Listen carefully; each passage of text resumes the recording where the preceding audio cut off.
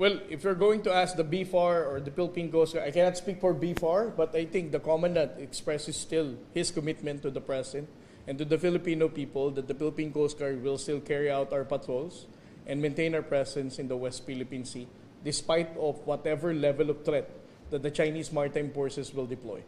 Kaya pa rin, sir, kahit wala pang direct involvement po ng military. Civilian lang, law enforcement. Again, the Philippine Coast Guard is just one of the agency of maritime security here in the country. We just comply with whatever guidance and directive of the Commander-in-Chief. Si Sir Cecil, ang lalim ng iniisip. Ano yun, sir? Tell us about the 4,000 and 3,000 series China Coast Guard vessels. How big are they? And is it true that they are military vessels, frigates, masquerading as patrol vessels of the Coast Guard? And how different is their construction to that of our 4,400 series? If there were a collision, which one would be damaged most? Well, the Chinese Coast Guard vessels, there are a lot of academic writing conducted by different maritime security scholars, arguing that all of these vessels are basically patterned from Chinese PLA Navy warships. If you're going to ask me what is the chance of the Philippine Coast Guard surviving if there will be any collision, obviously, with the size of the vessels that they have, which is an average of 90 meters above, compared with the 44-meter vessel, we are basically in a very huge disadvantaged position.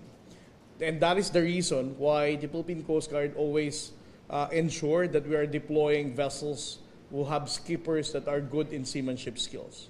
We need to compensate the size of the vessels that we have with the skills and talent of our own sailors.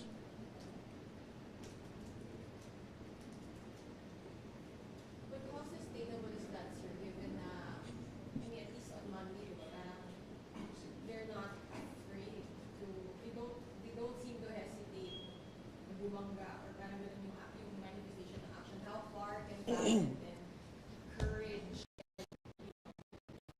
how far can it go? Again, I don't want to interpret that such collision between the Philippine Navy warship and the Chinese Coast Guard is something that is intentional. I still stand with our initial assessment that it was accidental.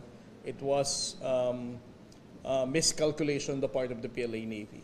And I don't also want to speculate that it is their intention to really ram a smaller Coast Guard vessel because obviously with the size of our vessel, it will really have a very bad impact if they're going to do such dangerous maneuver. Sir, so I'm sure you've seen the statement of Secretary Lazaro. She said the Philippines bears no responsibility for the collision between plan and vessel and CCG. Meron na bang formal, kayo po, sa part ng Philippine Coast Guard, meron na bang nagsabi sa inyo na dapat magbayad tayo sa kanila? Ang China? Formal? Yeah. I mean, kahit narating sa inyo in any form. Wala. Siguro mga pro-China trolls lang yata yung nagsasabi niyan eh. Di ba? And pro-China people. But I don't think that there is a formal statement or even the Chinese propaganda news, Global Times never mentioned about that. What they're just saying is that the reason why, well, they're not, first of all, they're not admitting that there was a collision incident that happened. So, because of that, they cannot tell us that we're the reason of the collision. What do you make of that, sir? Na parang they've mentioned the incident but not the actual collision. Well, obviously, they don't want to publicize and tell the world that such collision really happened because they want to save face. They also don't want to show the world that they are not really capable to claim that they are a naval power right now, considering that such failure of seamanship skill on the part of the PLA Navy and the Chinese Coast Guard is, it's kind of weird that both of your vessels will collide while chasing a small Coast Guard vessel from the Philippines. They won't admit that because it weakens their position as a superior naval power. Napanood niyo na po ba yung nagbabiral ngayon sa Facebook na yung PCG daw po yung may dangerous na Ito ba yung sa Global Times? Yeah, I responded to that, no? I replaced some of the words that they use. Ang sabi kasi nila, the Philippine Coast Guard did dangerous maneuver while China Coast Guard is doing a law enforcement operation. So I had it changed. The Philippine Coast Guard is actually, the China Coast Guard is actually doing dangerous maneuver against the Philippine Coast Guard. And I also emphasized that they cut some part of the video. They never showed in the video the presence of the PLA Navy warship, and they also never showed the collision incident that happened. Sir, can you confirm that if ever may intelligence report na tayo on the possible deaths or cash injuries doon sa kind of Coast Guard for yung nabakat na Navy? Well, as of this time, there are no official information that came from the Chinese government about the casualty or any injured personnel from the Chinese Coast Guard. So I don't have any information either. One Chinese maritime expert said, sinabi na dapat bayaran ng Philippines kung mga nasirang Chinese vessels. Nagsabi na pala niyan. Pero sabi ni Jay Tarriela, Chinese expert? Filipino ba yan? expert na connected din sa Sino yan? So is he already admitting that such collision happened? Yeah, may part doon sa articles editorial ng Global Times. And They admitted in Global Times that a collision happened? that professor, That professor? he was But quoted. in that Global Times article, he admitted? Sabi niya doon, part doon, yung compensation na yun. And then Jay Tarriela said, kung babayaran ng Pilipinas, is magbayad daw muna ng China ng mga nasirang barko na Navy. You share the same sentiment kung magkaroon. Well, first of all, wala naman tayong babayaran. Dahil again, sila naman yung nagbanggaan.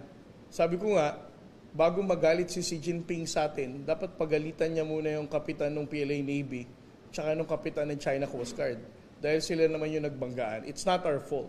And we have been mentioning a lot of times, if they're not going to abide with the collision regulation, if they're not going to observe the proper rules of the road at sea, incident will happen. And this collision incident last Monday is a clear evidence of the result of the dangerous maneuver and unprofessional behavior of the PLA Navy warship and the Chinese Coast Guard. Okay na tayo. Wala nagtanong sa inyo sa rocket. Ito na, sir. Para lang din sa Sir, dun sa rocket. Parang ang ano nyo talaga, ang target nyo talaga yung Manila Bay na ano, Parang hindi lang sabog-sabog, sir. rocket na to. Naka-serve naman. Ito, sir, sa rocket naman. So, andito na si attorney. Ganyan kalaki yung rocket debris. We'll be sending you the copy of the photos. So, ang laki niya. Wider than it is long. 10 feet by 10 feet by 14 feet. So it should be 14 feet long, not 10 feet. Parang ang inano yata nila dito is yung alignment ng structure talaga. Parang in-interpret nila na yun yung laki niya. So yan, ganyan siya kalaki. With markings People's Republic of China. It was discovered by Filipino fishermen from Occidental Mindoro, and then it was reported to the Coast Guard. So they had it turned over to the Coast Guard. Right now, it's under our custody. When it fell, did they see it? Nakita ba nila yung actual... Hindi, kasi ano pa yun, ilang araw, isang linggo na nga eh. Yeah. Sir, bakit yung nilaunch Yes. Kasi long march pa ito, pero itong marking step is separate.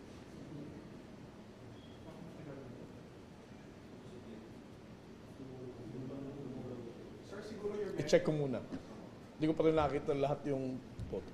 ibabalik niyo ba yun sa China, sir? Sir, ano po pala ang susunod na mangyayari? Na-recover, ano na yung plan ng PCG? Well, first of all, we are going to report that to the National Task Force for the West Philippine Sea.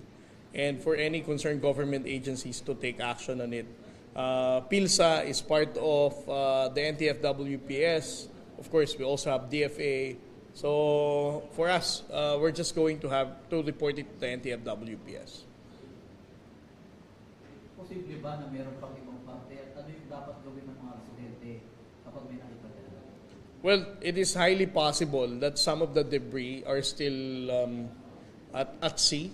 And our recommendation is that it should be turned over to the Philippine Coast Guard or the Philippine Navy because we still don't know whether it's safe for ordinary civilians to take custody of all those debris.